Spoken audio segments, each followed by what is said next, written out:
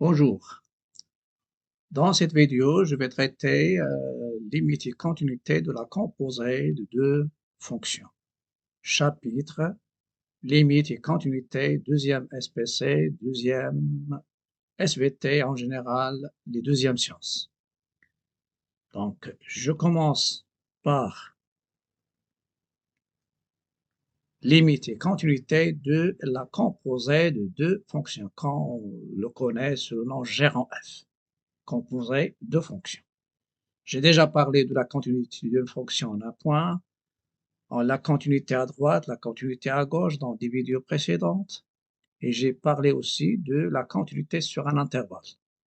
Maintenant, je passe limite et continuité de la composée de deux fonctions, et je commence par continuité de la composition des fonctions continues, c'est-à-dire avec des conditions.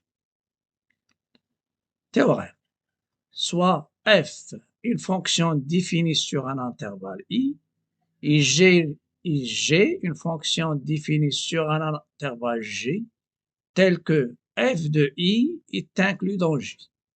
Ça veut dire, quel que soit x appartenant à l'intervalle i, son image, il appartient à l'intervalle j. Voilà. Donc, et je vais vous donner le schéma de composition. Donc, vous avez ici la fonction f, il est défini de i vers g, j, et le g, il est défini de j vers r. R, c'est l'ensemble des réels. X associé à f de x avec la condition f de i est inclus dans j, alors f de x, il appartient à f de i, forcément, il doit appartenir à l'intervalle j. L'ensemble de départ de ma fonction g. Gérant f, c'est quoi? C'est la fonction qui est associée x avec g de f de x qui est gérant f. Voilà. Donc, qui est gérant f. Et je donne maintenant la condition de limite, de continuité après limite. Les deux. Donc, je commence par la première. C'est f est continu sur l'intervalle en x0. Bien sûr, x0, il appartient à l'intervalle i. Et g est continu en f de x0. Alors, gérant f est continu en x0. Voilà. Sur l'intervalle, c'est f est continu sur l'intervalle i et g est continu sur f de i. F de i, bien sûr. Et en général, on peut avoir la continuité sur l'intervalle j qui contient f de i. Alors, gérant f est continu sur l'intervalle i. Voilà. Donc ici, soit je dis sur l'intervalle sur f de i, ou bien je dis sur j. En général, c'est les continus sur j, donc ça sera continu sur i. Et je vais traiter un exemple. Soit f est une fonction définie sur R par f de x, c'est cosinus de 2x carré moins 3x plus 4. Ça veut dire, vous avez x, je calcule 2x carré moins 3x plus 4.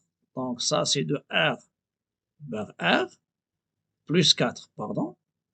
Et j'associe à cette image cosinus de quoi? De 2x carré moins 3x plus 4.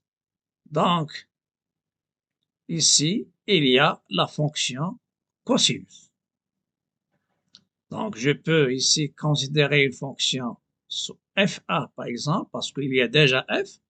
Et maintenant, ici, c'est f2. f2, c'est la fonction cosinus. Ce qui est demandé,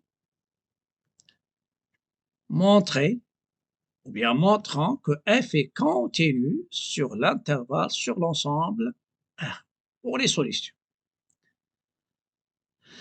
On va considérer deux fonctions. La fonction f1 qui est à tout x associé 2x carré moins 3x plus 4. C'est une fonction polynôme, donc il est continu sur R.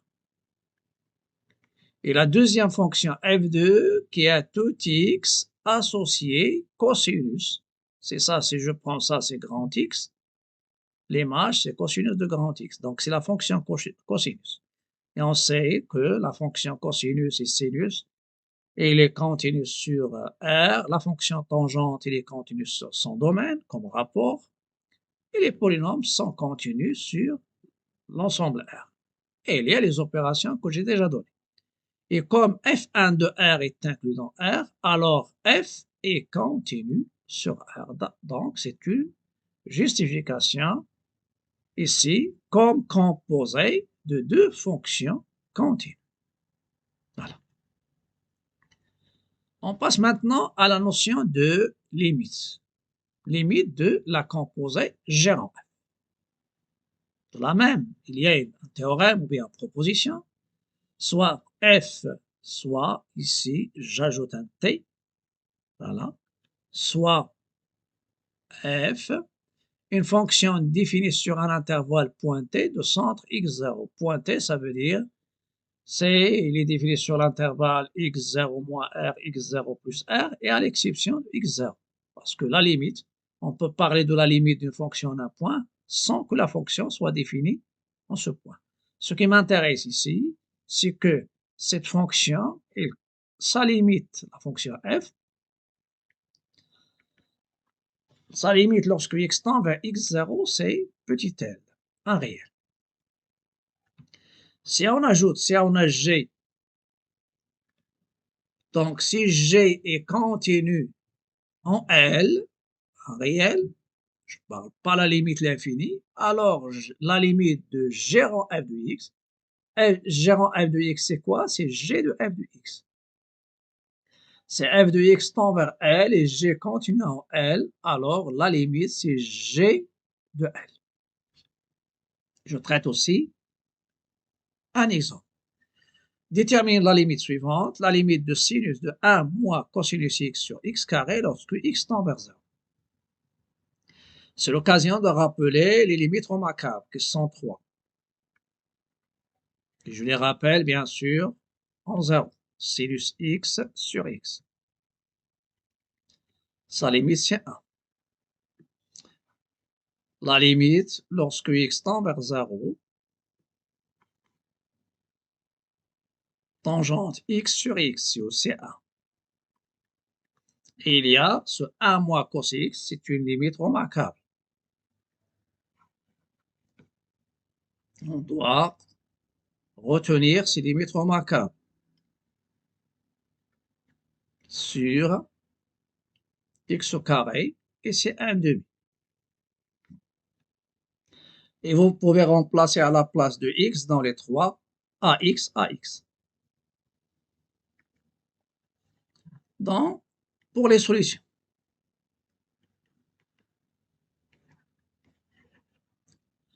Soit f la fonction qui est tout x associée à 1 moins cos x. Et je peux passer, on a considéré 2 pour faire apparaître, bien sûr, la composée.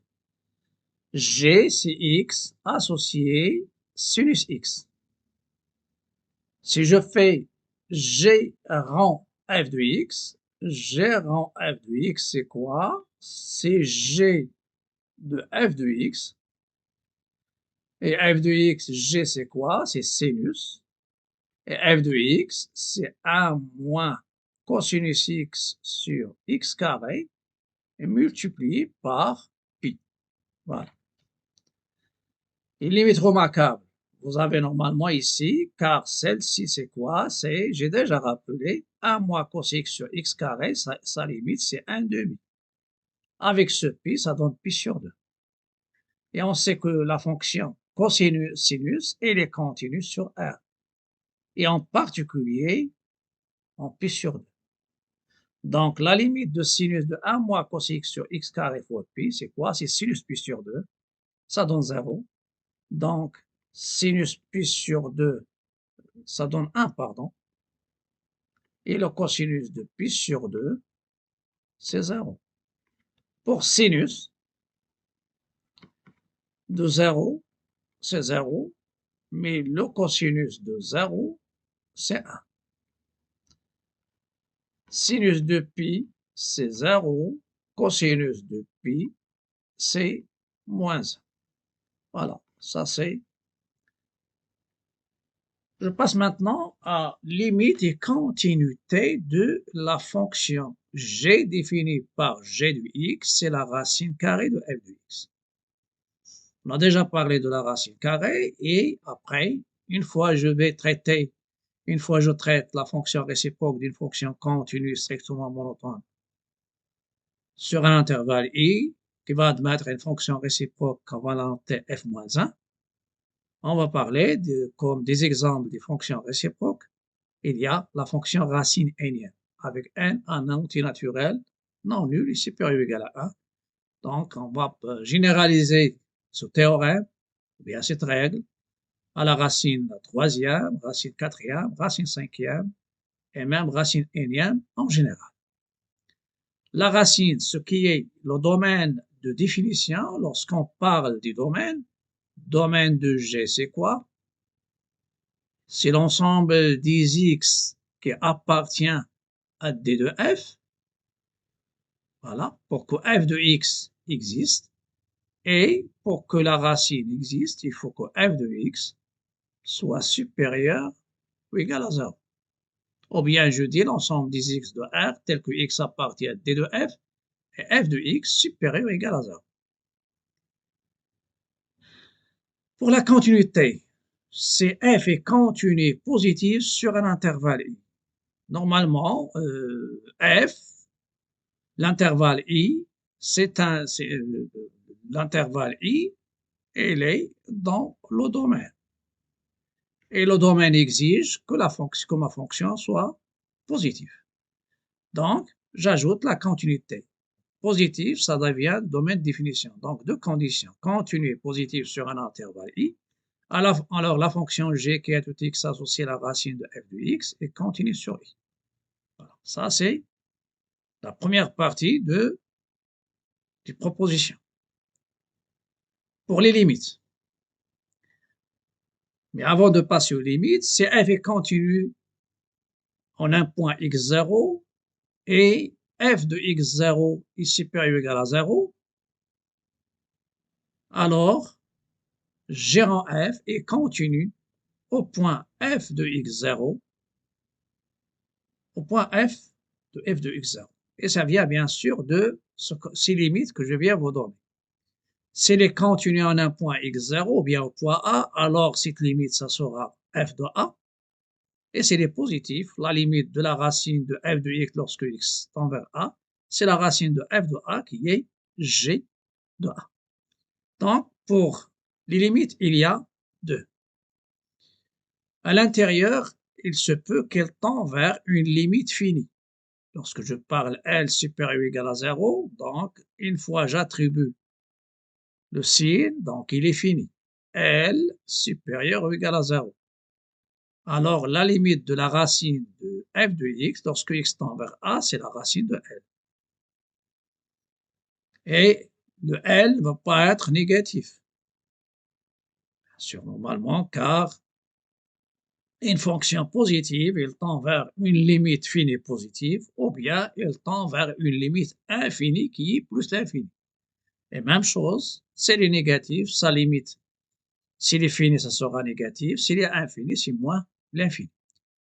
C'est la limite de f de x lorsque x tend vers A donne plus l'infini. Donc, la limite de la racine de f de x lorsque x tend vers A, c'est plus l'infini. Et évitez ces choses-là. Comme si vous utilisez l'infini comme un nombre. Non, celle-ci à éviter. Le A, on peut remplacer A, cette limite. Il se peut qu'elle soit une limite à droite de A, ou bien à gauche, ou bien plus l'infini, ou bien moins l'infini. Et je vais passer maintenant à un exercice d'application. Soit la fonction numérique f définie par f de x égale la racine de x carré plus x plus 1 moins x. On vous demande le domaine de définition les limites aux bornes des domaines et montrer que f est continu sur l'intervalle i. Pour le domaine de définition, on a x appartient des deux f, ce qui est à l'intérieur de x, il est à l'extérieur. Il est polynôme, donc il est toujours défini, donc il faut qu'il soit positif ou nul. Un trinôme, le A, c'est un trinôme, le A, c'est 1, le B, c'est 1, le C, c'est 1. Je calcule delta, c'est B carré moins 4 AC.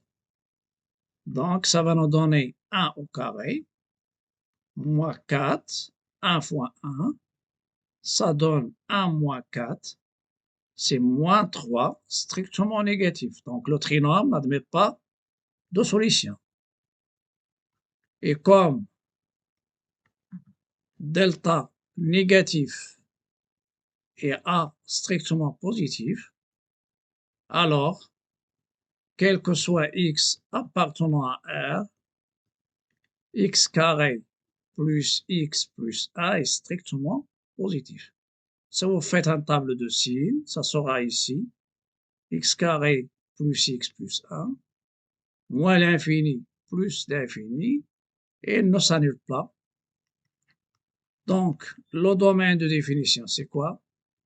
C'est R et sous forme d'intervalle, c'est moins l'infini plus l'infini. Deuxième, calcul de limite. Aux bornes de D de F. Je vais appliquer la règle pour la première. On a limite de x lorsque x tend vers plus l'infini, de x carré plus x plus 1. Ça, c'est un polynôme. Je parle de ce qui est à l'intérieur de la racine. La limite d'un polynôme en plus moins l'infini, limite de mon nombre de plus haut degré, c'est plus l'infini. Donc, la limite lorsque x tend vers plus l'infini de la racine de x carré plus x plus 1, c'est plus l'infini. Deuxième, parce que la fonction, c'est la somme. La limite de moins x lorsque x tend vers plus l'infini, c'est moins l'infini. Voilà. Donc, la limite lorsque x tend vers plus l'infini de la racine de x carré plus x plus 1 moins x, c'est plus l'infini moins l'infini, forme indéterminée. Donc ici, il y a deux méthodes. Je peux factoriser à l'intérieur par x au carré, va sortir x parce qu'on est en plus l'infini. Donc, ou bien je vais multiplier par le conjugué plus factoriser, ça c'est la technique, factoriser simplifié par x, factoriser et simplifié par x,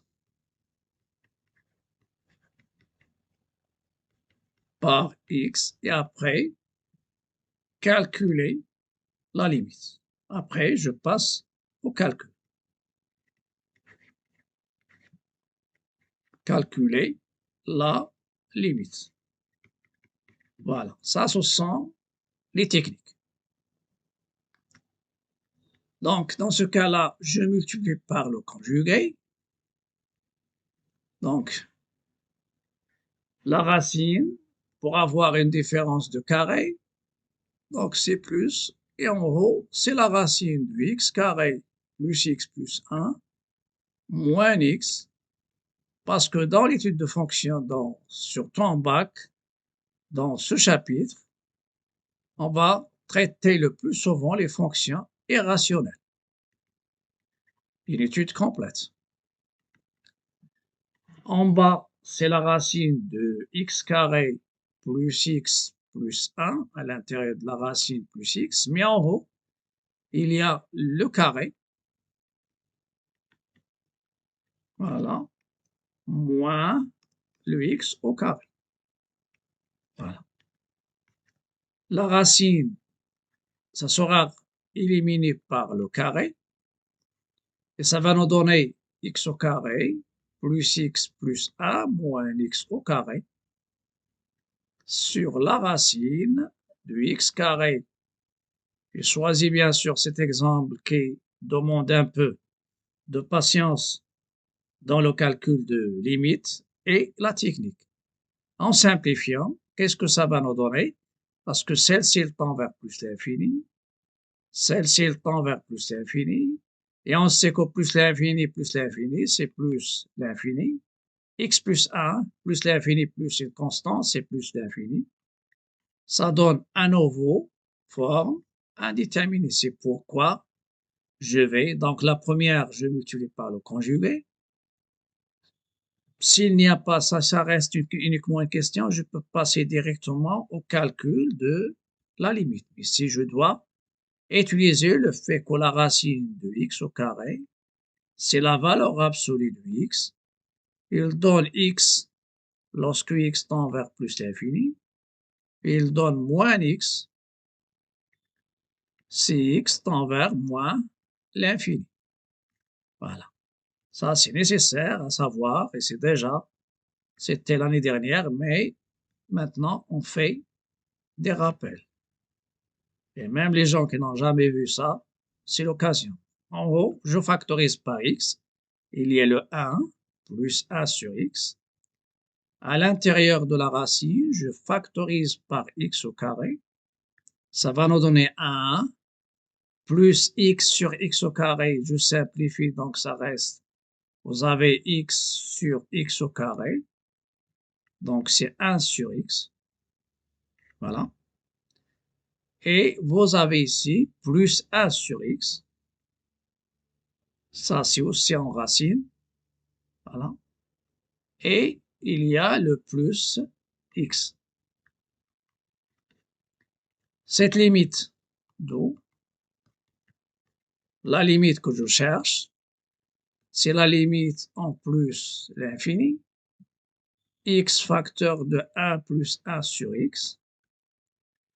En bas, il y a la racine de x au carré, que je vais le remplacer par valeur absolue de x, fois la racine de 1 plus 1 sur x plus 1 sur x au carré et plus x. Cette racine carrée, ça donne x. Et après, je vais factoriser et simplifier par ce x-là. Si j'étais en moins l'infini, ça sera moins x. Donc, x facteur de 1 plus 1 sur x. Et n'oubliez pas que les limites, c'est les techniques pour lever l'indétermination et les limites sont très essentielles dans l'étude de fonctions. Il n'y a pas d'étude de fonctions sans limite. Après, je simplifie. Voilà. Et vous avez k sur x à la puissance n tend vers 0 quand x tend vers l'infini. Et le n, il faut qu'il soit un entier naturel non nul. Pas. Donc celui-là, il tend vers 0, tend vers 0, tend vers 0. Qu'est-ce que ça reste en haut? 1. Ici, racine de 1 plus 1, c'est 2. Et voilà la limite. La dernière chose, la limite en moins l'infini. La même chose. La limite, lorsque x tend vers moins l'infini de x carré plus x plus 1, c'est la limite en moins l'infini de x carré, et c'est plus l'infini. Et ça va nous donner, avec racine carrée, c'est plus l'infini. Donc, la limite en moins l'infini de la racine de x carré, c'est plus l'infini. Et la limite de moins x lorsque x tend vers moins l'infini, c'est moins l'infini, c'est plus l'infini. D'où la limite de la racine de x carré plus 1 moins x, ça va vous donner plus l'infini, et plus l'infini, je demande la permission d'écriture, donc c'est plus l'infini. Donc, pour ma fonction, sa limite en moins l'infini, c'est plus l'infini. Et en plus, et celle-ci c'est quoi? C'est limite de f de x lorsque x tend vers plus l'infini. La limite en plus l'infini, c'est 1/2. Et la limite en moins l'infini, c'est plus l'infini. Ça sera tout pour cette vidéo. N'oubliez pas de liker, partager, commenter et à la prochaine.